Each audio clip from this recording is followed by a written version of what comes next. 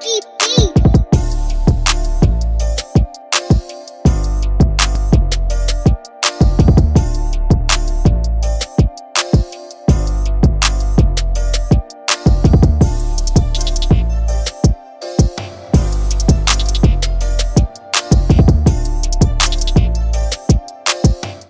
Hey guys, Jason here from HustleMode, and today we're with Samantha Case. You want to say hi? Hi. So Samantha and I met actually in Bangkok, Thailand when I went about 6-7 months ago. We were just hanging out at a bar and we got talking and we became Facebook friends, and it actually turns out that Samantha is very aligned with something similar to us, which is becoming the top 1% in the world right in everything that they do. But hers is in a completely different area. It's very unique. It's something that I feel like we wouldn't come across very often, but I think what Samantha does is absolutely amazing. I think she's very courageous and very brave.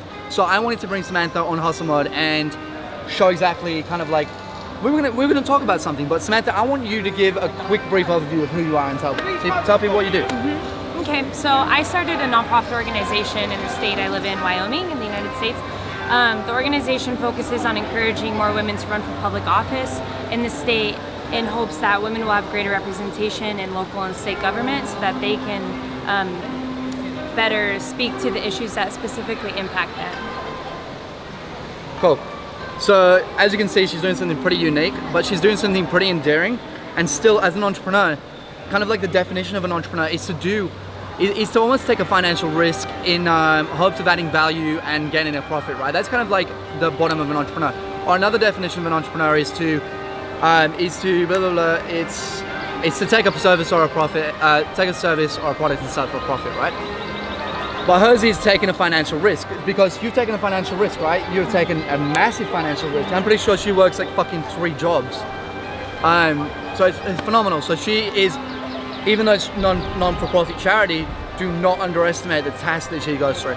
So we were having a conversation yesterday, we were having a couple of drinks, and this topic came up about, it was stress, wasn't it? Yeah. And you said stress runs in my family. To me, it's kind of like a topic we talked about a little bit earlier on, is breathing those words to life, but I also believe it's about excuses. And I found it's not exactly with you, it's not an excuse, but I understand that a lot of people have a lot of excuses. And something like it runs in my family, to me, is an excuse, and it's allowing your frontal cortex, which is the muscle that kind of like, it's the willpower thing, right? It's like what's going to let you make the decisions, and a decision to me would be to not even admit, not even believe. It would not be to not choose to believe that even exists. So what do you think on excuses? So in our conversation yesterday, I was talking to Jason about how in starting this nonprofit organization, there's a lot of work to do, and sometimes stress can overcome me, and I have a hard time managing my stress. And I disagree a little bit, just in the way that it's okay to recognize that maybe you do deal with stress, maybe anxiety is something that is a challenge for you, but in the same way, not letting that be an excuse, not letting that get in the way of your success. I definitely agree with you in that aspect. I think self-awareness is so key, like to be aware of the fact, but I take a different route. So it's not, I'm not saying don't be aware of the fact that it's real. It's more like be aware of the fact you're making it as an excuse. Don't sit there and say, oh, stress doesn't exist, it's not real. I just choose to believe that I don't get stressed. You know what I mean? I'm not saying stress isn't real. I choose to believe that I don't get stressed. And if you know me, Barak, if you know me, it's very often that I get stressed. I get stressed when you're challenging me. Fucking hate that. But and that's something I need to work on personally, and let's be honest, we're all growing, so it's a journey for everyone. But if you look at me in my business, like I could have fucking 1 client, but I wouldn't be stressed, because I'd say stress is a choice, instead of looking, and there's something here that I think is very, very key when it comes to excuses, when it comes to all these types of things, is something called cause and effect. Have you ever heard of that? So I think the moment that you say, I'm stressed, you're at the cause. I mean, you're at the effect, but you're not at the cause, right? You're at the effect. Fucking at the cause. You're at the effect. You are absolutely the effect. If you say, I'm stressed because of this, you are now at the effect, when you need to go to the cause. So, and one other different way to perceive it too is, I just watched this video the other day of this woman who was talking about how if you deal with stress, it depends on how you react to it. You could see stress as something that's encouraging you to rise to the challenge that you're being faced with, or you could see it as something that's detrimental to your to what you're trying to achieve. So I think it's also how you react to it.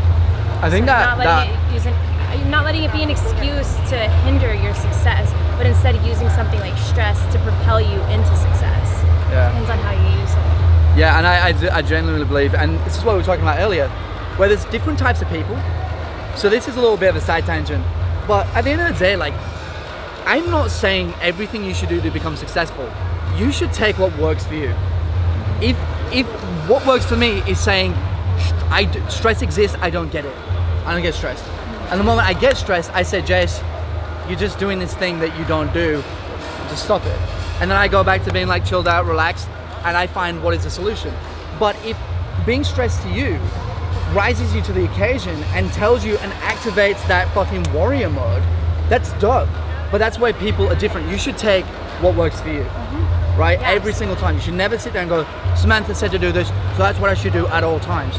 You should say, okay, Samantha does this, but that doesn't work for me, but she does do this, and that does work for me. So in this scenario, I feel like what you're saying is right, what I'm saying is right, but it's all about how you perceive it, and it is, at the end of the day, up to you to take what works for you. Yes, I agree with you. I agree with you. That doesn't happen very often. Yeah, it doesn't happen very often. I almost threw in the fucking river early on. Whew.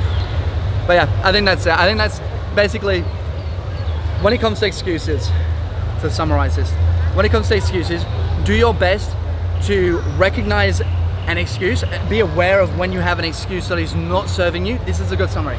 Recognize when you have an excuse that does not serve you, and if you can either eradicate the excuse or turn it into something empowering, do that. Hey guys, check out the next video. Make sure you subscribe below.